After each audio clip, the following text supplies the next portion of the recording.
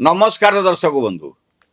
आज आम आपण को आम ओडिशार गर्व गौरव एवं आम संस्कृतिर सबुठारु बड़ परिचय ओडिसी नृत्य उपर होइथिबा एक आंतर्जातिक षड़यंत्र एवं प्रोपागंडा विषय रे जणाइबु। आम समाज रे एवं सीमा पार रे किछि लोक एभली थांती जहांकर निजस्व कौनसी स्थिरता न थाए। सेमाने निज सुविधा अनुजाई निजर रंग बदलांती, निजर बयान बदलांती। आउ वर्तमान एभली एक चरित्र पाकिस्तान रु सामना को आसीची जे आम ओडिशार शास्त्रीय नृत्य ओडिसी को पाकिस्तान रो बोली दाबी करने को साहस करी। पाकिस्तान रो तथाकथित क्लासिकल डांसर एवं मार्क्सवादी केंद्रीय चरित्र सीमा किरमानी एक चांचल्यकर एवं अति स्तरहीन प्रोपागंडा चलाइछंती।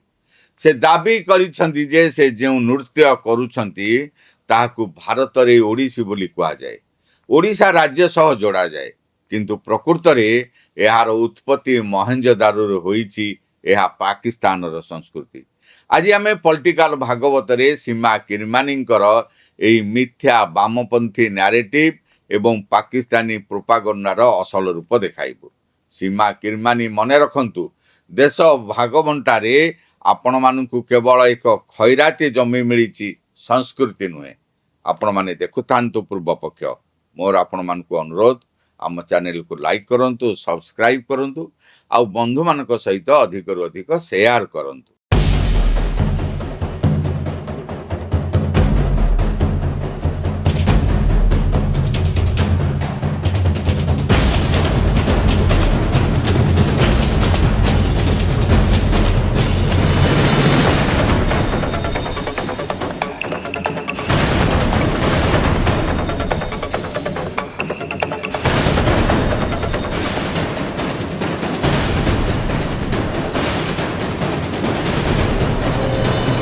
दर्शक बंधु, जो माने सीमा किरमानी को जानी नाहंती से मानकु आमे जणाई देवा को चाहूँ जे से निजको पाकिस्तान रो एक बड़ मार्क्सवादी फेमिनिस्ट एक्टिविस्ट एवं क्लासिकल डांसर बोली कहती, किंतु तांकर प्रकृत सत्यता अत्यंत आश्चर्यजनक।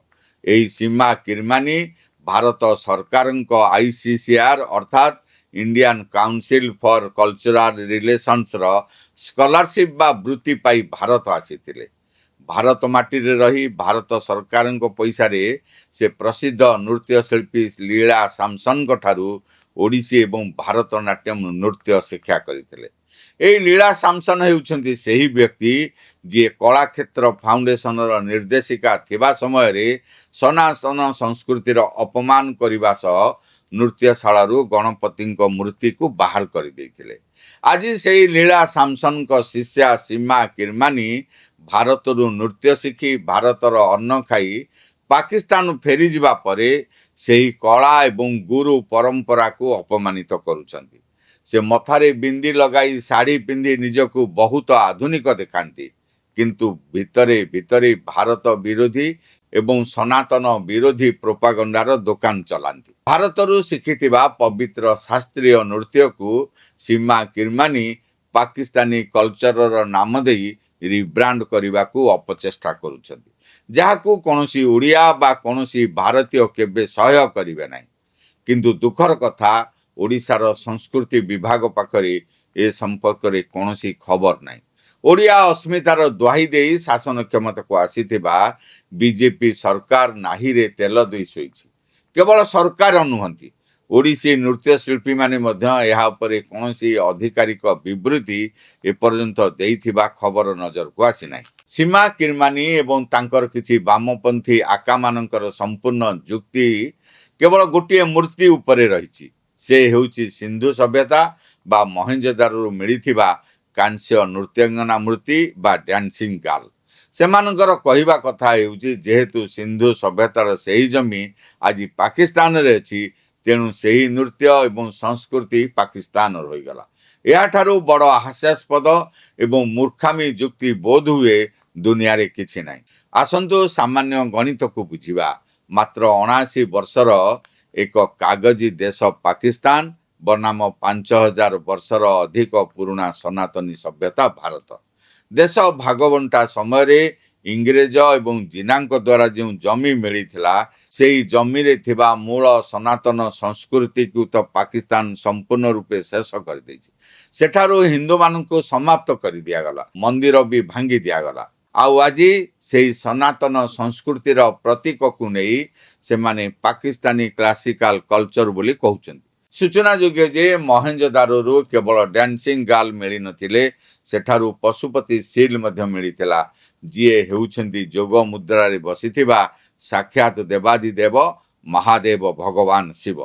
ସେଠାରୁ ମିଳିଥିବା ପ୍ରକୃତି ଏବଂ ପୁରୁଷର ମୂଳ ସିଦ୍ଧାନ୍ତ ସନାତନର। ସେହି ଡ୍ୟାନ୍ସିଂ ଗାର୍ଲ କୌଣସି ସେକୁଲାର କିମ୍ବା ପାକିସ୍ତାନୀ ନୃତ୍ୟଙ୍ଗନା ନୁହେଁ, ସେ ଜଣେ ଭାରତୀୟ ନାରୀ। ତାର ହାତରେ ଚୁଡ଼ି, ତାର ଶାରୀରିକ ମୁଦ୍ରା ଆଜି ବି ଭାରତୀୟ ଜନଜାତୀୟ ଏବଂ ଶାସ୍ତ୍ରୀୟ କଳାରେ ଜୀବିତ ରହିଛି। ସେଥିପାଇଁ ସେହି ମୂର୍ତ୍ତି ଆଜି ପାକିସ୍ତାନରେ ନାହିଁ, ବରଂ ଦିଲ୍ଲୀର ନ୍ୟାସନାଲ ମ୍ୟୁଜିୟମରେ ସମ୍ପୂର୍ଣ୍ଣ ସୁରକ୍ଷିତ ଭାବେ ରହିଛି, କାରଣ ଭାରତ ହିଁ ତାର ଅସଲ ଘର। ସୀମା କିରମାନି ଓଡ଼ିଶୀ ନୃତ୍ୟକୁ ନେଇ ପ୍ରୋପାଗଣ୍ଡା କରୁଛନ୍ତି, କିନ୍ତୁ ସେ ବୋଧହୁଏ ଜାଣିନାହାନ୍ତି ଯେ ଓଡ଼ିଶୀ କୌଣସି ସାଧାରଣ ରାସ୍ତାରେ ହେଉଥିବା ନାଚ ଗୀତ ନୁହେଁ, ଯାହା କୌଣସି ରାଜନୈତିକ ସୀମା ବଦଳିବା ଦ୍ୱାରା ବଦଳିଯିବ। ଓଡ଼ିଶୀ ନୃତ୍ୟ ନିଜ ଭିତରେ ଏକ ସମ୍ପୂର୍ଣ୍ଣ ବ୍ରହ୍ମାଣ୍ଡ। ଏହା ସନାତନ ସଂସ୍କୃତିର ଏକ ଏଭଳି ଜୀବନ୍ତ ରୂପ, ଯାହାର ପ୍ରତିଟି ଶ୍ୱାସ ଈଶ୍ୱରଙ୍କ ସହ ଜଡ଼ିତ। ଓଡ଼ିଶୀ ନୃତ୍ୟର ଜନ୍ମ ଆମ ଓଡ଼ିଶାର ପବିତ୍ର ମନ୍ଦିର ଗୁଡ଼ିକରେ ମାହାରୀ ପରମ୍ପରାରୁ ହୋଇଛି। ଆଉ ଏହି ନୃତ୍ୟର କେନ୍ଦ୍ରରେ ଏହାର ଆତ୍ମାରେ କିଏ ଅଛନ୍ତି ଜାଣିଛନ୍ତି? ସାକ୍ଷାତ ଜଗତର ନାଥ ମହାପ୍ରଭୁ ଶ୍ରୀ ଜଗନ୍ନାଥ ରହିଛନ୍ତି। ଶ୍ରୀ ଜଗନ୍ନାଥଙ୍କ ଅଦ୍ଭୁତ ଲୀଳା, ତାଙ୍କର ଦିବ୍ୟ ପ୍ରେମ ଏବଂ ତାଙ୍କ ପ୍ରତି ଥିବା ଅନନ୍ୟ ଭକ୍ତି ହିଁ ଓଡ଼ିଶୀ ନୃତ୍ୟର ମୂଳ କଥା। ଓଡ଼ିଶୀ ନୃତ୍ୟର ପ୍ରତିଟି ପୋଶ୍ଚର ବା ମୁଦ୍ରା, ତାହା ଚୌକ ହେଉ କିମ୍ବା ତ୍ରିଭଙ୍ଗ, ସେସବୁ ମହାପ୍ରଭୁ ଶ୍ରୀ ଜଗନ୍ନାଥଙ୍କ ଶ୍ରୀ ବିଗ୍ରହର ରୂପକୁ ଦର୍ଶାଇବା ପାଇଁ ହିଁ ସୃଷ୍ଟି କରାଯାଇଛି। ଗୁରୁ କେଳୁଚରଣ ମହାପାତ୍ର, ଗୁରୁ ପଙ୍କଜ ଚରଣ ଦାସ, ଗୁରୁ ଦେବପ୍ରସାଦ ଦାସ, ଗୁରୁ ମାୟାଧର ରାଉତ, ଗୁରୁ ଗଙ୍ଗାଧର ପ୍ରଧାନ, ଗୁରୁ ହରେକୃଷ୍ଣ ବେହେରା, ଗୁରୁ ସଂଯୁକ୍ତା ପାଣିଗ୍ରାହୀ, ଗୁରୁ ସୋନାଲ ମାନସିଂହ ଭଳି ମହାନ ଗୁରୁମାନେ ଏହି ଶାସ୍ତ୍ରୀୟ ନୃତ୍ୟକୁ ପୁନର୍ଜୀବିତ କରିବା ପାଇଁ ନିଜର ସାରା ଜୀବନ ଉତ୍ସର୍ଗ କରିଦେଇଛନ୍ତି। ସଂଯୁକ୍ତା ପାଣିଗ୍ରାହୀ ଏବଂ ସୋନାଲ ମାନସିଂହ ଭଳି କଳାକାରମାନେ ନିଜ ସାଧନା ଦ୍ୱାରା ଏହାର ସ୍ୱତନ୍ତ୍ରତାକୁ ବିଶ୍ୱ ଦରବାରରେ ପ୍ରଦର୍ଶିତ କରିଛନ୍ତି। ଏହା ମନ୍ଦିରର କଳା, ଏହା ଗୁରୁ ଏବଂ ପଣ୍ଡିତମାନଙ୍କର ଘୋର ସାଧନାର ଫଳ। ଏହି ନୃତ୍ୟରୁ ଶ୍ରୀ ଜଗନ୍ନାଥଙ୍କୁ ଏବଂ ଏହାର ସନାତନ ଆତ୍ମାକୁ ଅଲଗା କରି ଏହାକୁ ଏକ ସେକୁଲାର ବା ପାକିସ୍ତାନୀ ଟ୍ୟାଗ ଦେବା ଆଦୌ ସମ୍ଭବ ନୁହେଁ। ଓଡ଼ିଶାର ଶ୍ରୀ ଜଗନ୍ନାଥ ସଂସ୍କୃତି ଏବଂ ଏହି କଳା ଅକ୍ଷୁର୍ଣ୍ଣ। ଏହା ଉପରେ ହାତ ମାରିବାକୁ ମଧ୍ୟ ଚେଷ୍ଟା କରନ୍ତୁ ନାହିଁ। ଆମକୁ ଏହି କ୍ରୋନୋଲୋଜି ବା ସୂତ୍ରକୁ ବୁଝିବାକୁ ହେବ ଯେ ଏହି ପ୍ରୋପାଗଣ୍ଡା ବାରମ୍ବାର କାହିଁକି ଚଲାଯାଉଛି। ଏହା ଏକ ସୁଚିନ୍ତିତ ଚାଲ। ଆମେରିକାରେ ବସିଥିବା କିଛି ବାମପନ୍ଥୀ ସ୍କଲାର୍ସ ଏବଂ ପାକିସ୍ତାନର ସୀମା କିରମାନିଙ୍କ ଭଳି ଲୋକଙ୍କର ଏଜେଣ୍ଡା ପ୍ରାୟ ସମାନ। ସେମାନଙ୍କର ଏକମାତ୍ର ଉଦ୍ଦେଶ୍ୟ ହେଉଛି ସନାତନ ସଂସ୍କୃତିର ଗୌରବକୁ ସମ୍ପୂର୍ଣ୍ଣ ରୂପେ ସେକୁଲାର ବା ଧର୍ମ ନିରପେକ୍ଷ ବୋଲି ଦେଖାଇବା। ଆମର ଶାସ୍ତ୍ରୀୟ କଳାଗୁଡ଼ିକୁ ସେମାନଙ୍କର ଭଗବାନ ଏବଂ ମୂଳ ଉତ୍ସରୁ ଅଲଗା କରିଦେବା, ଯାହାଦ୍ୱାରା ସେମାନଙ୍କର ଆଧ୍ୟାତ୍ମିକ ଗୁରୁତ୍ୱ ସମ୍ପୂର୍ଣ୍ଣ ଭାବେ ଶେଷ ହୋଇଯିବ। ପାକିସ୍ତାନର କଟ୍ଟରପନ୍ଥୀ ଇସଲାମିକ ସଂଗଠନ ଏବଂ ସେଠାକାର ମାର୍କ୍ସବାଦୀମାନଙ୍କ ମଧ୍ୟରେ ସବୁବେଳେ ବିବାଦ ଥାଏ, କିନ୍ତୁ ଯେତେବେଳେ ଭାରତ ବିରୋଧ କଥା ଆସେ ସେତେବେଳେ ଉଭୟ ଏକ ହୋଇଯାନ୍ତି। କଟ୍ଟରପନ୍ଥୀ ଚାହାନ୍ତି ଯେ ସେଠାରେ କୌଣସି ହିନ୍ଦୁ ଇତିହାସ ନ ଦେଖାଯାଉ, ଆଉ ମାର୍କ୍ସବାଦୀ ଚାହାନ୍ତି ଯେ ଯଦି ଇତିହାସରେ କୌଣସି ସୁନ୍ଦର କଳା ଦୁନିଆକୁ ଦେଖାଇବାକୁ ଅଛି, ତେବେ ସେଥିରୁ ଭଗବାନଙ୍କ ନାଁ ହଟାଇ ତାକୁ ସେକୁଲାର ଏବଂ ପାକିସ୍ତାନୀ ବୋଲି କହିଦିଅ। ସୀମା କିରମାନି ମଧ୍ୟ ସେହି କଥାକୁ କରୁଛନ୍ତି। ପାକିସ୍ତାନରେ ଯେଉଁ ଗରିବ ହିନ୍ଦୁମାନେ ପ୍ରତିଦିନ ନିଜ ଧର୍ମ ଏବଂ ଅସ୍ତିତ୍ୱକୁ ବଞ୍ଚାଇବାକୁ ଲଢ଼ୁଛନ୍ତି, ସେମାନଙ୍କର ଏହି ପବିତ୍ର ଐତିହ୍ୟକୁ ଏହି ଲୋକମାନେ ଏୟାର କଣ୍ଡିସନ ରୁମ୍ରେ ବସି ନିଜ ରାଜନୈତିକ ଲାଭ ପାଇଁ ଚୋରି କରୁଛନ୍ତି।